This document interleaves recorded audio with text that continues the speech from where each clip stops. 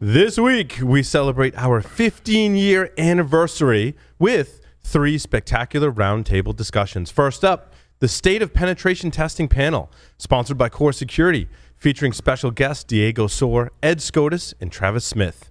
Next, we discuss innovative blue team techniques, sponsored by RiskSense, featuring Brian Donahue, Chris Abella, Dave Kennedy, Doug Burks, and Sri Mukamala. We round out the show with a panel discussion titled Hacking Matters, supporting the amazing organization called the Innocent Lives Foundation, featuring hackers such as Bill Swearingen, Ron Gula, Cindy Gula, John Lucades, and Shane McCombs. Our illustrious hosts this evening include Dr. Doug White, Jeff Mann, Joff Thayer, Larry Pesce, Lee Neely, and Tyler Robinson. Stay tuned as we break down issues in offensive security, defensive security, and hacker culture in celebration of our 15 years in podcasting. This is Security Weekly, for security professionals, by security professionals. Broadcasting live from G-Unit Studios in Rhode Island, it's the show where exploits run wild, packets aren't the only things getting sniffed, and the cocktails flow steady. It's Paul's Security Weekly. As technology continues to evolve and expand, so have the countless ways our critical systems can be put in jeopardy. Ransomware attacks, misconfiguration, user error, and malicious threat actors, to name a few. As IT infrastructures continue to grow and diversify, how do you ensure stable security? Core Security, a help systems company, provides an analytics-driven, layered approach to security with a portfolio that enables both proactive and reactive responses. With Core Security, you can reduce risk by limiting access, detect upcoming and active threats, test for security weaknesses, and efficiently monitor data for actionable insights. To learn more, visit securityweekly.com/core security. And welcome to the show. But first, let me introduce you to a man who goes off just as fast as that bottle of champagne, Mr. Paul Asadorian. Welcome, everyone, to a very special edition of Paul's Security Weekly, celebrating our 15-year anniversary. This is episode number 677, being recorded on December 10th, 2020, right here in G-Unit Studios in Rhode Island. Our in-studio host this evening, Mr. Larry Pesce, is, of course, here with us. Hey. And has been with us for 15 years, going strong. Yeah, definitely strong. And we still I'm sealing up my bag of ice. Don't mind me. We still, appreciate each other's scents and all that kind of stuff. Taste. Scent, taste, smell, all of those things. Dr. Doug White is here in studio. I is here. He is Dr. Doug, a.k.a. The Plague. Yes, that's right. It's also is it the 25th year anniversary of the movie Hackers? It is. It is 25th year. 25th year. Yes. Joining us remotely, Mr. Jeff Mann is here with us. Jeff, welcome. Still such a bad movie. The best movie. We'll debate it. We'll continue to debate. We'll continue. That's right. We'll continue to debate it, and I'm just bitterly disappointed that I can't be in studio with you guys. So I hear you. We'll do the best we can. Mr. Joff Thayer is here with us. Joff, welcome. Welcome. Where? Me? Oh, okay. Yeah, I'm here. No, it's good to be here, Paul. I decided to put a hat on because the glow off my head was actually blinding me as it reflected off the screen. Anyway, it's good to be here. Hey, nice to have you. Mr. Lee Neely is here with us. And it's great to be here. I'm having a good old time. Wish I was over on the other side of the country with you all, but we're going to have fun remotely. Of course, Mr. Tyler Robinson is here with us, as you've already seen if you're watching the video version. Welcome, Tyler. Thank you. 15 years. That's pretty special. Actually, was a long-time listener before hopping here and was on the other side of this for a while. So. And look at that. Now you're a host. Special. It's amazing. It's awesome. Nice to have you here with us, Tyler. This segment is sponsored by Core Security, a help systems company. For more information, visit securityweekly.com/core security. A bit of history that you saw in the montage. Core Security technically sponsored the first Security Weekly episode. And when I come on episode 1 and I say it was sponsored, it's because they bought the beer. Yep. Like, how awesome is that? And add a little bit of trivia after we get done with the podcast twice. Because we forgot to hit record the first time. Record once. All good podcasts forgot to hit record once. We went to the rotating bar. Yep. And we sat down and we were talking about computer security and podcast stuff. And Sunshine is sitting behind us and said, "Hey, my boss really likes podcasts." What do you? So, Paul, tell me the truth. Yeah. I was watching the video montage earlier and saw what I assume was the first year where you're getting shot by a cannon and driving up in a Yes. hearse and all that. How old were you when you started this podcast? I'm 43 now, so do the math. Do the math. You don't want to say you were 28? He's 28. I was 28. Wow, Wow, I'm you were a old. baby. Yeah, well, thank you for making me feel young, Jeff and Lee. You look especially. older. Larry actually looks pretty much the same. Wait, so- hey, Oh, don't I thanks for don't, that. I don't know whether that's a good thing or a bad thing, Jeff, because I don't know either. it's my birthday tomorrow and I turn 46. So Well, happy Ooh, birthday, Larry. ooh, Thank you. bad, so bad. I feel about this bad for you guys. Right? There's a. I was actually gonna write. My hat's crooked. I was gonna write a tweet or a Facebook or something about things that nobody ever told you when you're over 50 today, because I was feeling that. So We look forward yeah. to that. Did they- You should you're write young. that. did they not tell you about that special feature at the doctor's office when you go in for your annual? yeah, well, probing is part of it. I got a meme for that. I'll share it with you after. Our special guests for this segment, Diego Soar is the Senior Consulting Services Director at Core Security, a help systems company. Diego, welcome. Thank you. It's great to be here, and congratulations for the 15 years. Thank you. Mr. Ed Scotus, a faculty fellow at the SANS Institute and co-founder of CounterHack, and no stranger to the show. In fact, he was just on last week. Ed, welcome back. Hey, thanks. It's great to see you. Congratulations. 15 years. I'm amazed. I mean, who would have ever thought that you guys would make it 15 years? But congratulations. Because Ed's like, who is they? Like, they drink beer and they do podcasts and they talk about security, and here we are 15 Should have years lasted later. 15 You weeks. guys, you're awesome. Seriously, you've really changed the industry, and it's in a wonderful way, and you've brought a lot of people together. So thanks for all you've done. Thank you, Ed. Travis Smith is the Director of Malware Threat Research at Qualis and joins us this evening. Travis, welcome. Yeah, thanks so much for having me on. So again, amazing on 15 years. It's incredible. It's been on that long. I've been a fan a long time. Oh, thank you so much.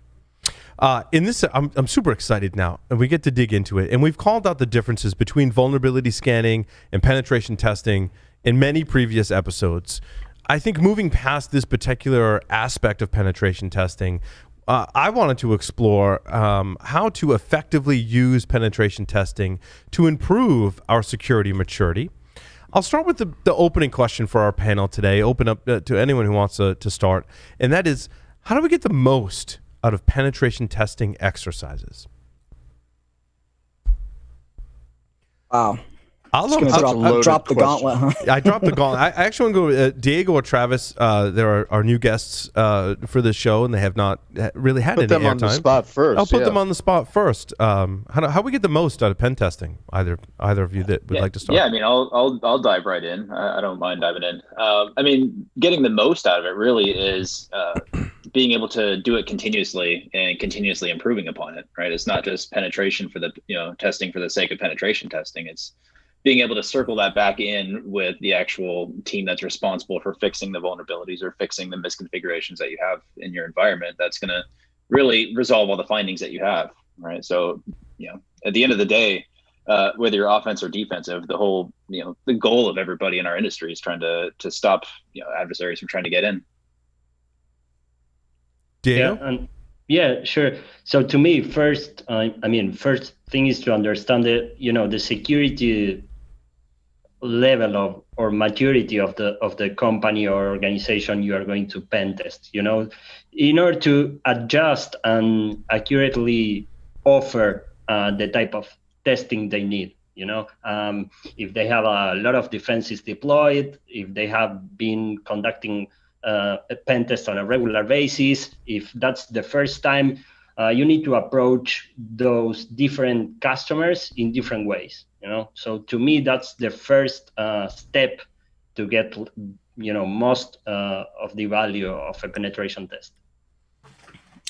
I would add to that too, with I think one of the first and foremost pieces to, especially from our industry, to really encapsulate is getting the right mindset, whether you're on the defensive side or the offensive side, really understanding and ensuring that that you are all on the same team working towards a similar goal, which is to protect the customer and help them advance their security in the most efficient and meaningful way possible. And that really means not being combative, working together, having the collaboration, and from an offensive side, making sure that you realize that you're working for the defensive team and really providing them the full value scope and understanding of all the things that you're doing in order to provide them the most value for security long term. And a lot of the times that ego thing and the disparity between teams gets in the way of that. So really getting the mindset right between all of the teams before the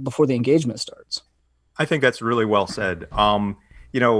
There's a lot that we can all learn from penetration testing. So the pen testers will find vulnerabilities, but the whole goal is not merely to resolve those vulnerabilities. It's to help educate the blue team about the kinds of vulnerabilities that we find and are looking for, so they can kind of drain the swamp, not just fix those point issues, but find the broader issues in the organization. Or if you're doing like a web app penetration test, you want to pass on to the developers the kinds of things you're finding so that they don't make those mistakes again. So there's education flowing that way from pen testers to blue teamers, developers, et cetera, but also flowing the other way. Red teamers, pen testers, we can all learn a lot from the defenders to see how they do it, what their mindset is, so that we can get better ourselves. That's why I really enjoy these purple team engagements where each side sharpens the other. And it's interesting. We actually talked about this several years ago at an event that you had, and I think it was one of the points that I kind of pointed out was there's sometimes so many paths into an organization. How do you know which one to follow? And some of the feedback, and I don't even remember where I heard this, just very recently, was, pen testers come in, and they attack Active Directory, and then they produce a report, and we're all sitting there looking at the report going, okay, yeah, they got in, they got domain admin.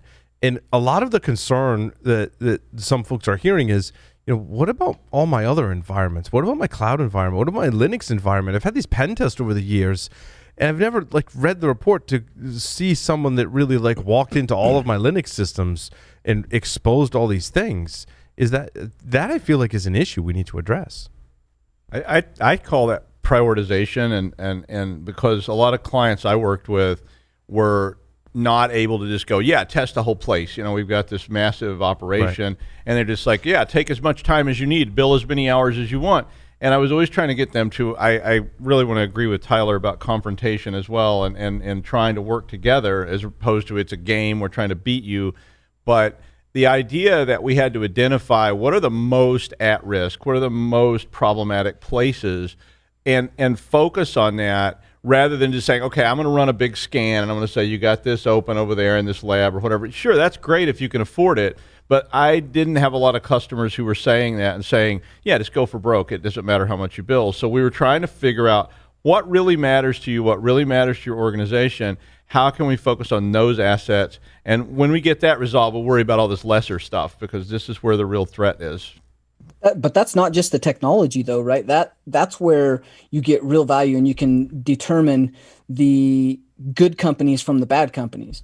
The companies that can understand and really focus on the holistic approach of what the business risk is, what the overall business needs are, and identify those technology vulnerabilities and the technology risks that are associated with the business, while prioritizing those from their risk profile and threat profile.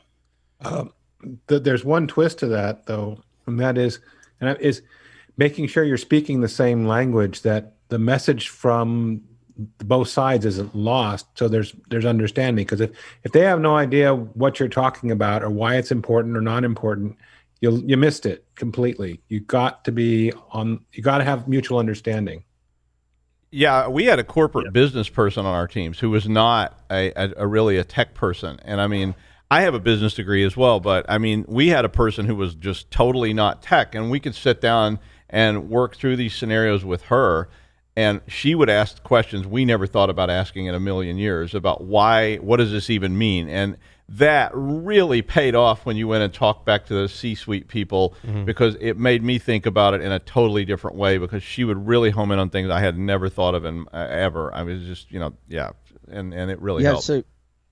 So one of the comments I wanted to make really quickly is kind of sort of summarizing up what a lot of the panel is saying here, and some of the trouble that we in the industry sometimes have, and that is extending beyond the compromise or beyond the success of the pen test into the area of demonstrating impact.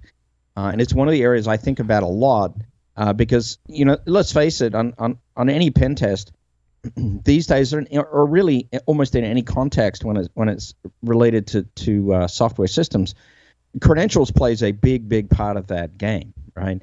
And and perhaps misconfiguration, and perhaps there's a little bit of software vulnerability thrown in there as well. But once we gain some sort of level of access, I think there are pen testers out there that sort of stop and go, well, now what? And if you're not doing it quite right, you would throw up your hands and go, well, I got DA, that's significant, right?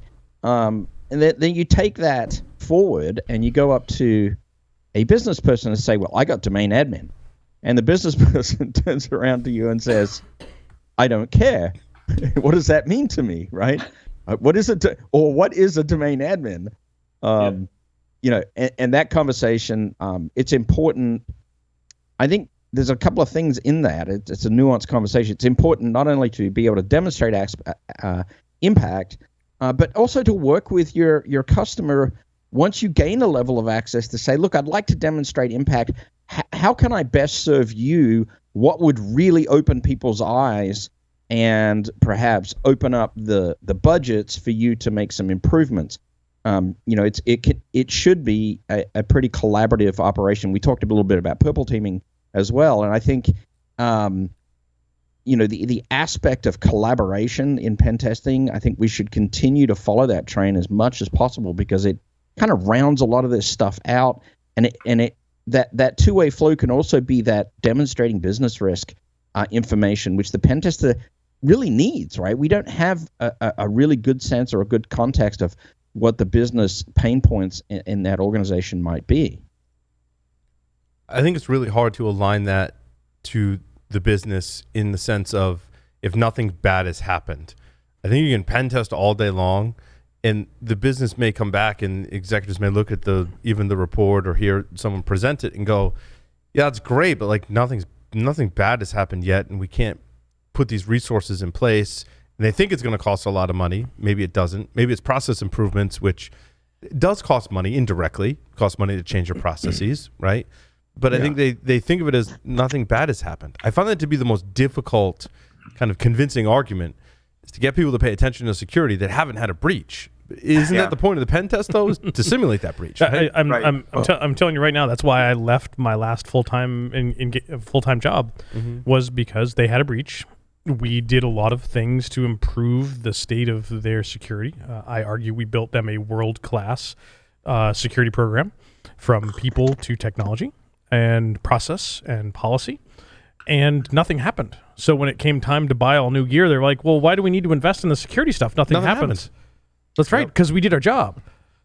Yeah. And now, Ed, you still have an entire day on reporting in your pen testing course. Is that correct? Well, it's not an entire day, but it's a big section of it. Oh, yeah. Just to talk to people about how to deal with the issues we're describing here. And I'll tell you about the nothing bad has happened yet. I don't know how to feel about this, but I'll report on it. You decide. In the last year or so, they're calling us in to do pen testing, and the justification is we don't want this bad thing to happen to us. So can you do a pen test to see if it will? And the bad thing is ransomware, right? Ransomware. It's all over the place. Every business is worried about it at some level. Now, when they call us in to say, can you do a pen test for us because we're worried about ransomware? I'm thinking to myself, there's probably other things you should do before a pen test to make sure you're prepared for ransomware.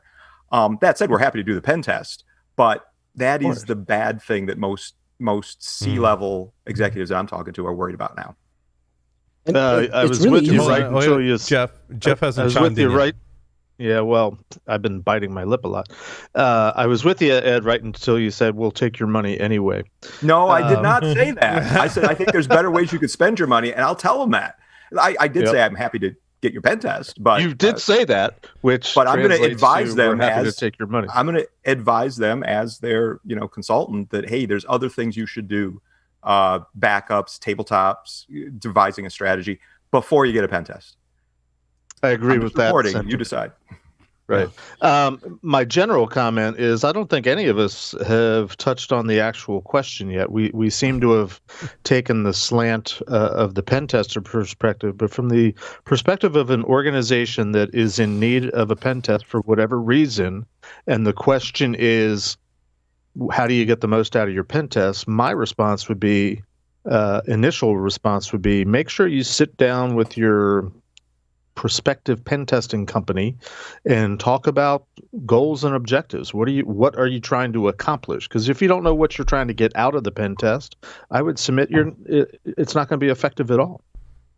That should be handled well before. In fact, that should be one of the determining factors of which pen test company you are actually utilizing, from the standpoint of pre-engagement scoping, even before the SOW is signed. If your pen test company is not asking those questions, not understanding the business, not really engaging around those those nuances of what they're trying to accomplish with you, then I would say that they're already failing. And so really when you start to look at the reporting side of that, a lot of the report and a lot of what is going to be shown in that report can be determined prior to the report via the SOW or the proposal. What are they actually doing? What standards are they following? How do they interpret what the business is? How are they engaging with you and really taking a stance of full communication and open channels? Those are important aspects of a pen test that, from my standpoint, should be included in everything, but not all pen tests have that. And that's a real problem. Would you add, are they ready for a pen test to that list, Tyler? Yeah, and that's a great point, Lee. But I want to go to Travis. Obviously, you work for Qualis, and because when I worked for vulnerability scanning vendors in the past, right, it was kind of like some people would be in that situation when they're like, "Well, I really want a pen test," and I'd be like, "So tell me about your vulnerability management program." They're like, "Yeah, we do some scans, and then we send reports off to people, and nothing gets fixed." And I'm like, "And you think you're ready for a pen test, Travis? Do you still see this today?" Yeah, I mean, absolutely. I mean, and there's a big difference, right, between a pen test and a vulnerability scan or vulnerability assessment. Like, those are two completely different things. And being able to do a vulnerability scan or assessment is going to happen way before you should ever try to call a pen test company to come in and assess how they would get in, right? You should understand what your baseline is of your organization, and you should be doing something about that way before you should ever be calling a pen test company. Yeah. Now, Diego, going to the core security side, I would use core security's impact effectively in this area. If someone would come say, "Hey, I think we should have a pen test," I'm like, "Well, we can do internal pen testing with this product. It's really safe to do it that way. We should probably fix that stuff that we find internally with that product before we go get an external pen test company that tells us about all the other stuff." Is that still the strategy today, Diego? Yeah, I mean that can be a strategy, of course. But I mean, as most of you mentioned, first of all, understand the customer security stance.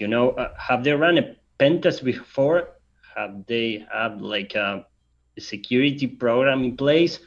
Because going there, pen testing, getting domain admin in 2 days, and sending a report without covering all the different aspects of their infrastructure or applications or whatever, it's like useless.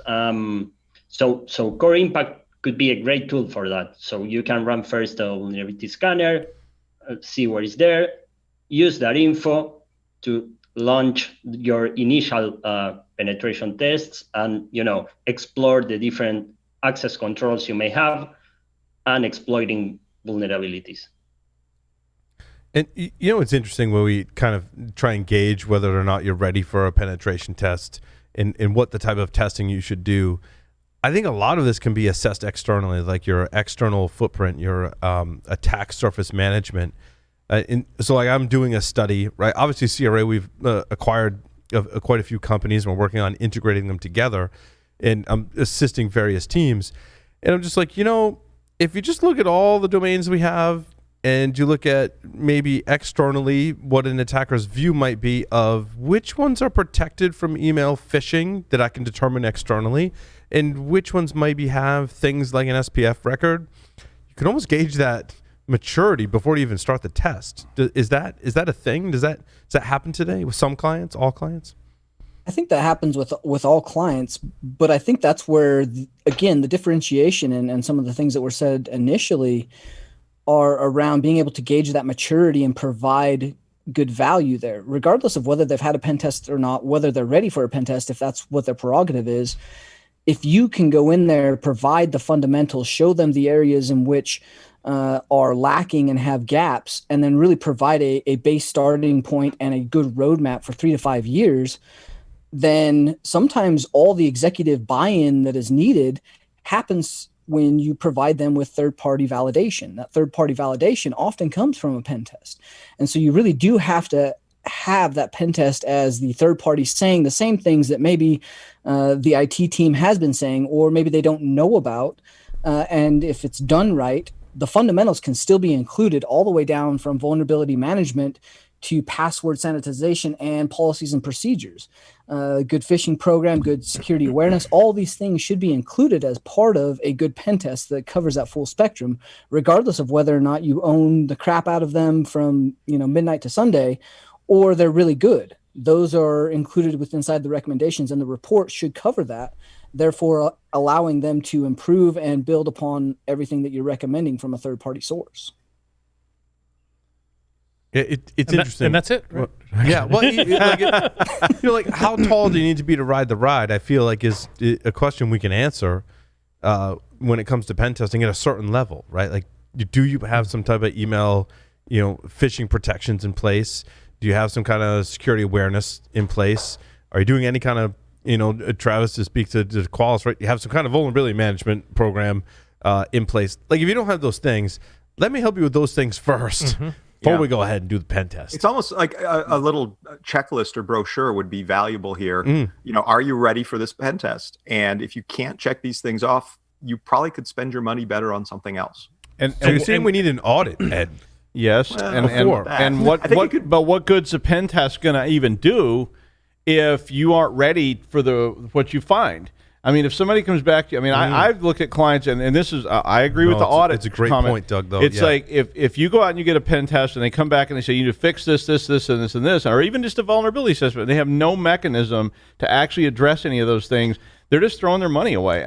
But it's interesting, Doug. I've held back on certain projects that I know from speaking to everyone's security and my experiences that we should be doing this. And whether it was pre-acquisition or after, for my own, with our own environment, I'm like, I know we're not ready for that. Because if I had an awesome program that could go find all this stuff, I don't have all the pieces in place to respond to all of that. But I also think that plays into pen testing, that one of the points where you should believe you're ready is if when a pen test team comes in and finds stuff, do I have the appropriate resources and processes in place to actually go fix those things? Mm-hmm. Yeah, that's what I saw over and over and over again when we were doing like SOCs and stuff, and we were sort of leading people towards this kind of place, and a lot of them had nothing, and we were trying to lead them to a place. But when you went in and made a recommendation, they were like, "And how do we do that?" I mean, you go in and you say, "You should do this," and they're just like, "Okay, how do we patch that? How do we test those patches?" And they didn't even have a mechanism for that. So, it's a long road from I have nothing to I'm ready to get pen tested and get something viable out of that. Right. I really think that comes back to, even if you do get a pen test and you are not ready and, they are covering a wide swath. Again, if those recommendations are written well and they provide super good insight and detail for your security teams to have a roadmap of prioritization of where to begin their security map, where to address these security vulnerabilities, and then how to do those at a fundamental technical level, then they've gotten the value out of the pen test one way or another. That's value add, and that takes a lot of time to build that prioritization. And that's where the expertise, that's where they pay us to know what is being leveraged, know the business, and understand from a security aspect, how do we prioritize those and then address those from a technical level. The counter argument to that is, can I do a vulnerability assessment and or a pen test to kind of learn where I'm at on the security maturity curve, right? Maybe just doing the kind of verbal audit, like, do you have this? They may say, well, no, like, we don't have those things, but we don't have any huge issues. And you don't maybe want to go do a full-blown pen test, but maybe you run some tools like our guests represent, right? To go, yeah, but you really should. And here's why. Like, here's the report. Tells you about all the really bad things that happen. Like, is there this kind of intermediary step where you have to kind of prove it, right? If you can target low-hanging fruit like that, yeah, I agree with you. I mean, if there's just like blatant horror that you see, which I have seen, then I agree.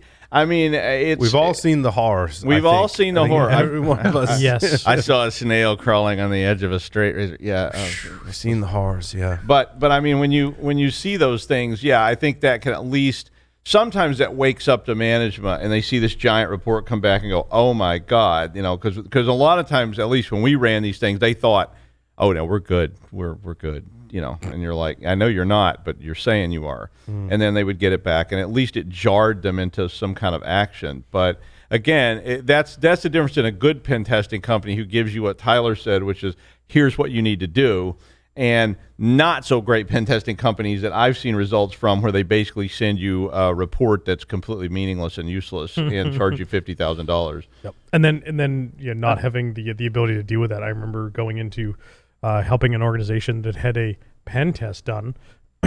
It was a vulnerability assessment. Yeah. But they did a pen test and they got DA, and that was it. Like, hey, we plugged into the network. We did a Nessus scan, and we found this one system that was vulnerable. Okay, we did a Qualis scan. We found this one vulnerability, and we exploited it, and we got domain admin. Pen test over. We win. You failed. And by the way, here's the output of our Nessus report. Qualis report. Yep. Either way, there was something like 2 million findings in this report, from informational on up to critical. And their board came back and said, you need to fix every one of these. Did they actually interpret any of them too? I've seen that was my job. Well, that was my job to basically take all those informational ones and go, yeah, risk accept Larry, these. Yeah. What they did, what would you label that activity? Okay. Yeah, so we're not on traditional radio. What would I label that? I'd label that a piece of shit. Well, no, do you consider that a pen test? Do you consider that a vulnerability assessment? Do you consider that a vulnerability scan? I would consider that like it's playing t-ball. Like the ball's there. Yeah, it's on the tee. All you can do is hit it off the tee. That was a vulnerability scan with very limited interpretation. Yeah, I would call it a vulnerability scan, because to me it's not a pen test till it goes somewhere beyond just the output of a report. Somebody had to actually do something beyond just like bump and hit print. That's just a vulnerability assessment. Yeah, the report I think was about 3 pages, aside from the volume of the Qualis report. Right. So remember wow, that. That's a pretty extensive one from some of the ones I've seen. They actually had something on top. Well, I mean, it had an executive summary and a conclusion. Yeah, the one I looked at didn't even have an executive summary. It had a cover page that said "pen test failed," and then it had basically I'll say Qualis. I had the Qualis report underneath. But what we've talked about so far is really, I think, on the security maturity curve, however you want to represent that, is on the lower end of the spectrum, right? As we move to the higher end of the spectrum, now let's put in, this kind of scenario that the organization does have a somewhat mature, or in beyond 50% in your security maturity curve. They've got things in place, right? They've got a security team. They've got people monitoring. You've got email phishing protection. You've got vulnerability management. Now you want a pen test. How do you navigate the waters and structure the pen test so that it's most effective? Right? The lower end of the spectrum, I think we've covered, right? Got to do basic security hygiene. That could be a whole other roundtable discussion what that means, right? But now we're on the little bit of the higher end of the spectrum, the upper 50%. How do we make the decision between, is it a red team exercise? Do I want a purple team? Do I want my web apps tested in addition to my other things? How do we carve it up and use these pen testing resources effectively to affect change and push me into that upper 90% and above on the security maturity curve? How do we do that? I would say the first place to start on that is understanding your goals and objectives. If your goals are to really test your team and see how you fare, a red team may not be a bad idea. And you're testing your tools, you're seeing what capabilities you have, how your team responds, how you would actually deal with an incident and a breach. And that's usually a low number of people understanding and knowing about the test. However, that may not be the best use case. That's where the purple teams really start to come into play and flex their muscles. That's when you're starting to really tune the tools that you do have in place, the money you have spent, the technologies that you've spent an enormous amount of time and money to get in place and built into the whole infrastructure and security model for the business. Now it's time to tune those to make those tools actually work for new techniques, particular actors, risk and threat profiles that are targeting you, and new and emerging threats. That's where the purple team really plays in. You're tuning everything to make sure that it is effective and efficient, and that your team is able to leverage and utilize those in a proper manner. And build upon what they learned from that to help them evaluate new threats as they come in, so that they can build their own. They can be self-serving. There's a ton of learning involved. I wanted to jump in there and make a comment on that. And I get this quite a lot. Not bragging, but I guess I've become a little bit better at my job because I tend to deal with very sophisticated customers these days. I don't know whether that's maybe punishment. I'll try not to think about that too much. But I think the sequence that works, and I think Tyler's onto something here, is to go through a transparent exercise. You can call that whatever you want. I mean, Purple Team is nice Marketroid kind of stuff. Assumed compromise is another way that I would put it. In a very transparent and open communicative way with the customer to say, look, I'm going to try this. I'm actually going to try some custom malware. This is stuff that won't get caught by standard solutions. What does your instrumentation show? I'm going to try a technique where we use password spraying, but we're going to use Kerberos pre-authentication instead of a full SMB login. Can your instrumentation catch that, right? You up the game and you up the conversation in terms of the actual TTPs that you're using, and you make that a very open conversation. And I think you follow that up with a red teaming exercise perhaps a year later or so to say, okay, gloves are off. We've had a nice exchange. You probably knew half of what I said. Wonderful. You may not have known a few extra tips and tricks. Now let's really go for it in a red team context and see how you do, how you fare. Those environments are tough. I will tell you, there are sophisticated customers out there, high-end legal, high-end financial, that are doing a lot of the right things, right? The landscape, and I think this sort of factors into this conversation, the landscape on the defender side has changed for the better in the last few years with the growth and application of things like user behavior analytics, threat hunting kind of products. That doesn't mean that the people's hands these products are in are necessarily able to manage the task, right? There's certain groups that do it really well, certain groups that don't do it so well. They're just looking for the blinky lights. So it still is that human effort on the blue side that has to have that maturity in their processes to follow the right trails of a threat actor. Yeah, and let me add, something on top of that. To me, like, pen testing is more related to vulnerabilities, So pen testers use whatever they need to use to achieve a specific objective. Usually, I don't know, get to my backup network, get to my databases, those specific objectives, like a goal-based penetration testing, which is, the modern version of the penetration testing.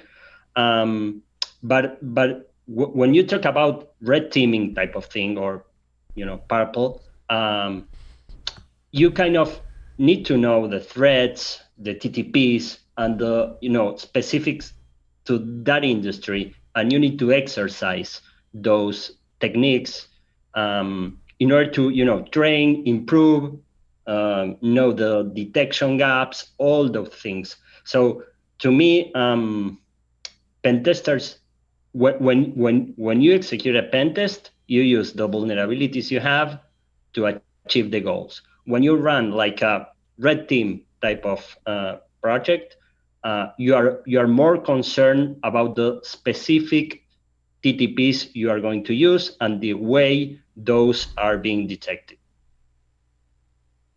It's interesting. I think there's an attacker mindset aspect, right, that we have to throw into the equation, that we can think about the security of our own networks in that tactical sense of, I need to apply patches, I need to do configuration management.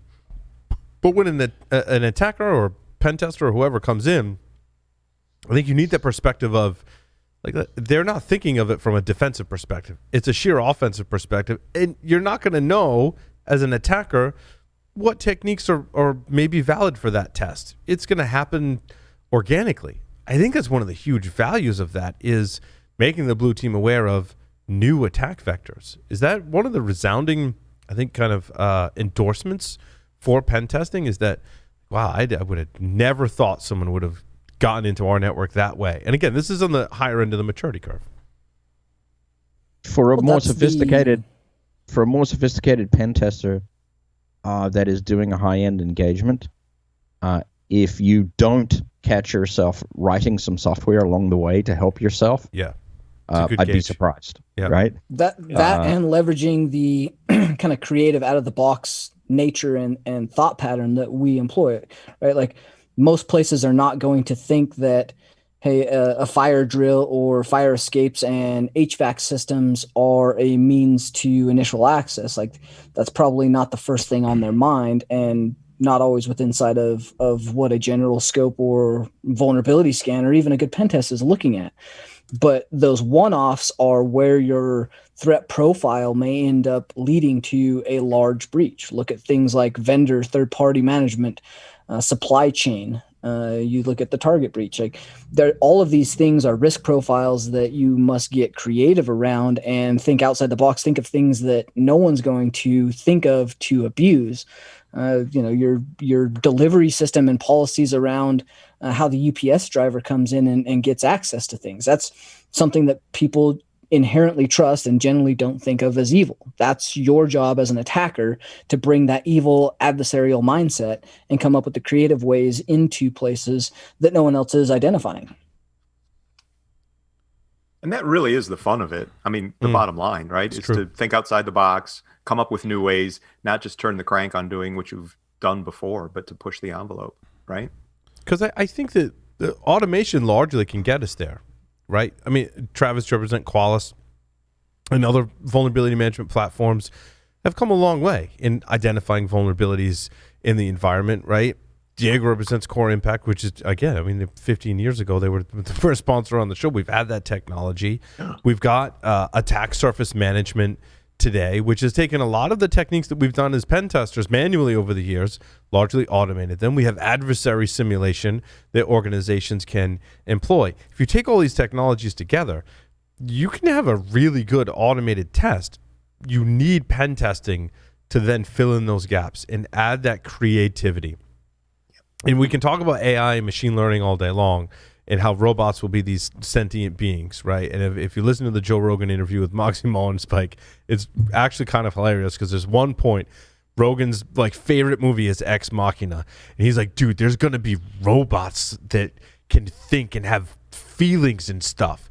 And Moxie's like, yeah, we might get there, but today, if I go into a restroom somewhere, I have a tough time getting the automated sink and hand soap dispenser and paper towel thing to work. He's like, once we fix those problems, that's by design. Then maybe we'll have the the automation to do that. And I think automation can get you a certain to a certain point, but we need that creative mindset of the hacker to go, no, I'm going to put together these attack bats, and that's what you need to be worried about. We were trying to tie a lot of that back to what they used to call disaster planning and things like that, because it was a very similar kind of mindset of, you can look at it and say, we got fire sprinklers, but you had to have people that were coming in and thinking about, well, what if those don't work? What if the wall falls down? What if the fire door is propped open? And all that stuff is so very similar to the idea of what I would expect from pen testing, that separates it from just a vulnerability assessment or an automated assessment, because I want somebody who's thinking outside the box. They're thinking around the corner, and they're saying, I was able to get in, because that's what the attacker is going to do to me. Right. That's not what I'm going to do. I'm going to say, oh, yeah, we're fine. We set a password on that system. I want that person that comes in and goes, yeah, but what if I climb over the wall? What if I break the wall with a sledgehammer? And you go, well, yeah, who would do that? And then What if this the control UPS guy will fails? do that, yeah. Your fire example is, well, morbid, and right down the street actually was one of the worst fire disasters in actually like human history, like one of the worst in human history. It was actually right down the street from where the studio is. And it was very much a lesson in safety and in security, right? As multiple controls failing. And it changed the way we think but about it was a combination of things where people were not thinking outside the box. They're going, the foam is fine. Yeah, but these fireworks, the fireworks are fine. But put the fireworks together with the foam and some, like adhesives and who knows what else. And poor next exit thing, strategies and doors. And then all of a sudden it turns into and that was what disaster planning was about, because I used to go in and sit there with them and say, what if this wall fell down?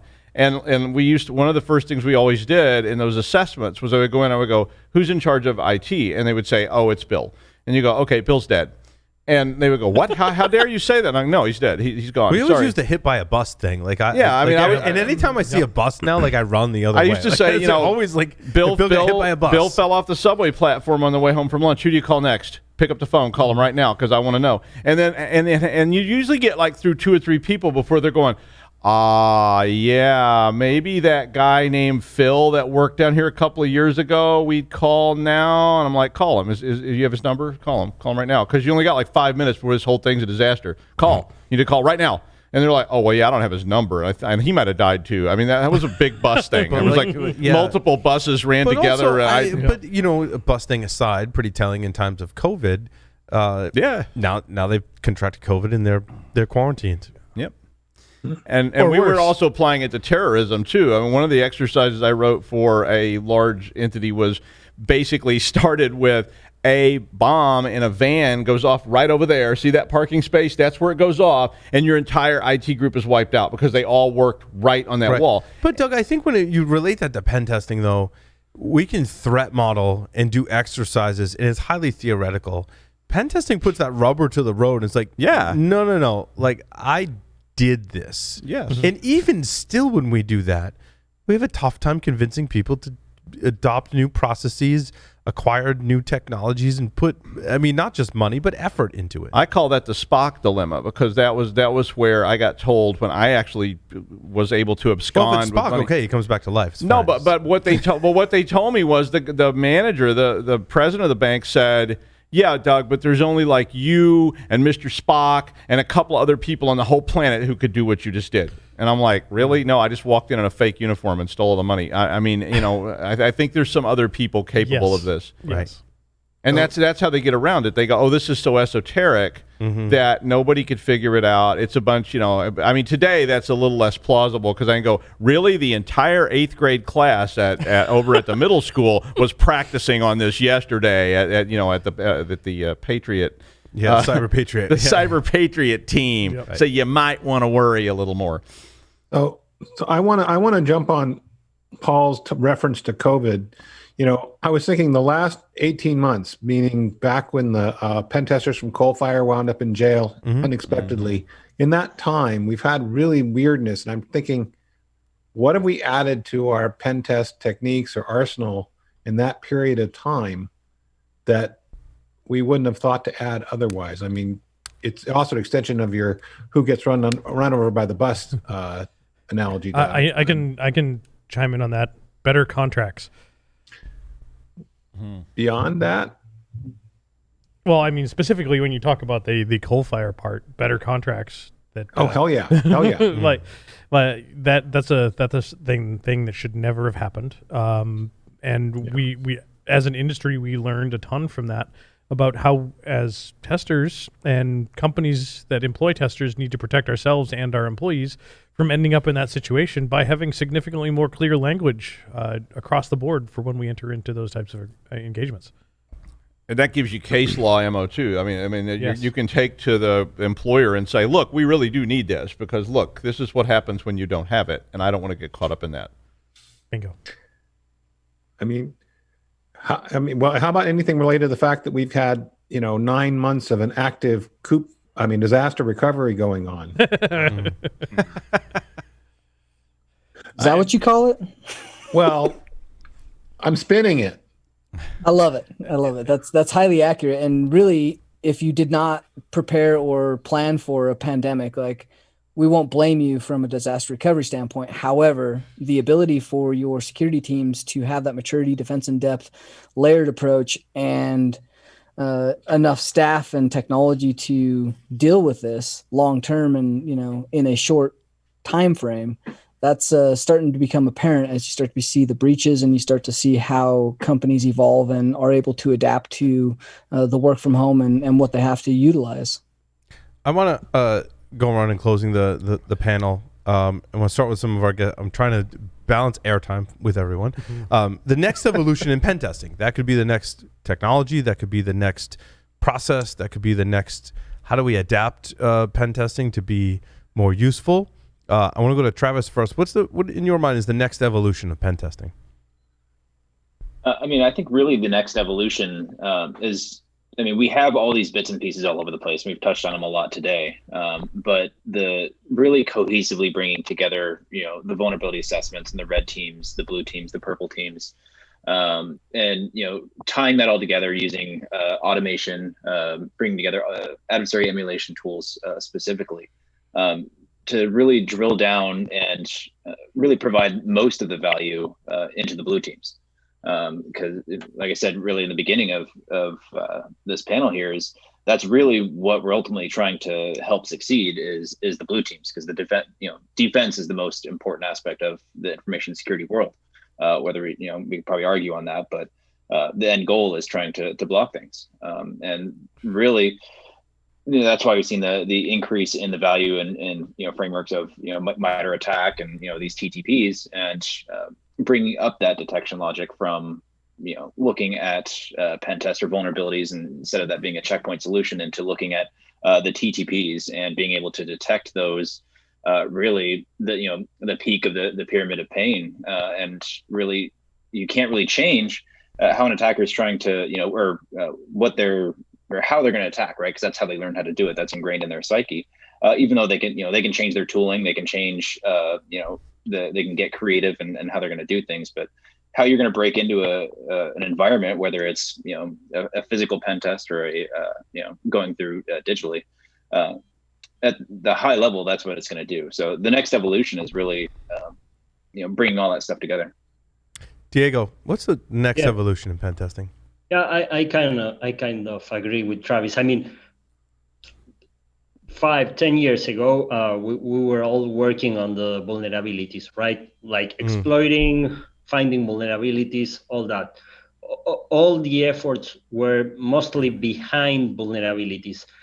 I think now we are moving through the blue team defenses. So finding the gaps, the way an organization has implemented the different defense levels, starting from tools, EDRs, antiviruses, and things of that nature, and how the teams, security operations teams, react once they see, a threat or they see a behavior that is not expected, or things of that nature. To me, it's like the new way to understand how to fortify the defenses, to train, to understand the gaps in terms of detection, coverage, and training, So, and for that you need sophisticated tools, but also you need the baselines, you need to first exercise the standard tools and the standard techniques, and then increase those things with mature tools, homegrown tools, or specific techniques you develop to mimic as much as possible like an unexpected attack. And when I say unexpected, is something that is not exactly as you see in the indicators of compromise, for example. Yeah, agreed. Ed Scotus, the next evolution in pen testing. Sure. So I think it's, as organizations grow more and more complex, and they distribute their operations not only in their own IT, but into increasingly complex cloud environments as they build more APIs. The pen testers will be called upon to kind of get their arms around all of that. That's going to require automation just based on the scale of it all, and a real understanding of how on these edge cases, through a cloud or through some third-party vendor, through remote access that's been set up because of COVID, they're going to call on us, they're already doing it, to help them understand that very big attack surface these days and to make sure they can manage it. Also, this so-called, it's a buzzword, but zero trust. They call it zero trust, but they're still trusting things in the cloud and things outside their own organization. And they're looking for us to try to pierce through that to show them zero trust isn't zero trust. It's lower trust. Okay, fair enough. But here's where you've got to better manage the trust that you have. Security Weekly hosts, thoughts on the next evolution in pen testing? I would venture to guess that one of the really big next evolutions is going to be the understanding and collaboration of someone else's hardware, right? We've already made this big adoption to the cloud. We've already made this big adoption to hypervisors. There's going to be this huge integration and time period in which we're having to focus on the hypervisor, the things that is running on top of the hypervisor, the hardware, the firmware, chip level assemblies, but that's all going to be handled at the provider level. And so a lot of the responsibility is going to be offloaded for the basic things such as single sign-on, SaaS, the software as a service, those peculiarities that are a baseline entry to your security program and how you configure that is going to be mandated and controlled by a third party. Therefore, a lot of what we're going to be leveraged for is going to be around some of the more complicated and interesting things where we're leveraging AI, machine learning, having to adapt and target and look at the interesting things such as UEFI BIOS malware that persists or unknown bit characters with inside of a process language at the hardware level or programming level. So I think we're going to have to become more technical and adopt and work closer with the vendors and the providers that are going to be offering the services that typically everybody would have in-house that are now going to be on the cloud. So Larry, closing thoughts. I want to dovetail, on to more of what Tyler said in that talk nerdy to me as well, because I love it when you guys talk nerdy. It's so hot. As pen testers, we're going to need to evolve, and we're hopefully going to need to evolve and become ourselves more complex and leverage more automation and more common sense and adapt the way we do things. But I think we're also going to still see more of the same. Yeah, because as a society, we are becoming more complex from an IT environment between business and what we adopt in our homes and what we do from work from home and the device sitting on our desk and the phone in our pocket. It is becoming more complex. It's becoming more connected. There are new systems. There are new processes. There are new applications. There are new ways of doing things. And every one of those is going to start off with the, oh shit, this is a train wreck, to a point where it's going to get really good. And right now, those folks that are a train wreck 3 years from now are going to be really good, but there's going to be someone coming back in on the backside to fill in that's the train wreck. It's an interesting evolution of technology, even just security-wise, where newer technologies tend to be a train wreck, and then they get better. But as soon as they get better, you go back to the beginning. You're adopting new technologies and stuff that are a train wreck. I think about this, just having done this wireless stuff and teaching for SANS for so long, like, we're kind of just figuring out how to really secure wireless and all this type of stuff. Wireless in general, and it's been years. Like the initial ones came out in 1997. I mean, you think 23 years, and we're just starting to figure this out. And think about how many wireless protocols have come out since 1997 that are the train wreck. Yep. Hundreds. So I've got a thought or two. Please do, Jeff.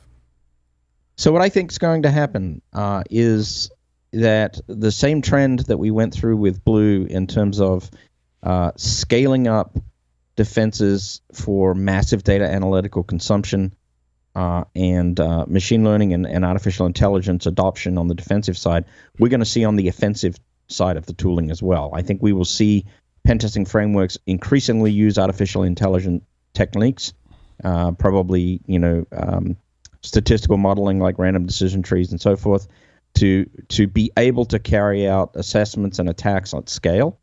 and it'll be a good thing for the industry. I also think, and it's kind of something that's close to my heart because I'm going to write some software to do this. I also think that we're going to see an increase in adaptive malware that has artificial intelligence techniques and can actually attack intelligently instead of just passively. Thank you, everyone, for participating in the panel discussion. Coming up next, the defensive security and innovative blue team techniques roundtable coming up next.